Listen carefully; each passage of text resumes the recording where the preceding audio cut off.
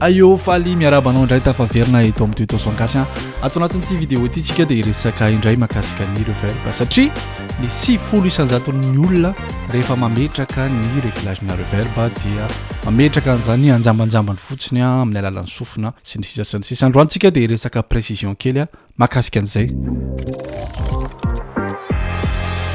Ny zavatra mila tsy adintsika dia ny reverb dia effet anankiray temporel ihany koa, izany hoe mitazona ny feo anatina fotoana vetivety. Ka ao anatin'izay mihitsy dia mila précision tsara atonga n'ilay fotoana hitazomany azy ifanaraka amin'ilay tempo an'ilay hira.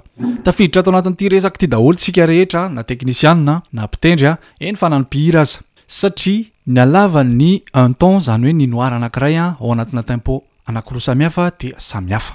Voarefy amin'ny alalan'ny milliseconde ny halavan'ny reverb anankiray. Tsitra lava be tsika ao anatin'ny théorie fa raha malinanao zay dia apetraka ao anatin'ny description ny mahakasika ny kajikajy ao anatin'ilay izy. Fa ny zavatra tiako atoro anao sady mora indrindra no tsy mampiasa saina dia misy site anankiray izay voapetraka ao ambany ao ihany koa izay calcul manao kajy an'ny halavan'ny reverb anao. Rehefa manao réglagena reverb tsika dia misy ny pré-delay, misy ny decay sy ny sisa izany rehetrarehetra zany dia calculeny daholo ao anatin'ilay site. Izany hoe ny zavatra ho ataonao rehefa fantatra hoe firy ny tempo an'ilay hira dia apetraka ao ilay tempo dia izy no micalcule azy dia izy no manome anao hoe raha 1 bar dia 8 millisecondes, raha 2 bar atrany.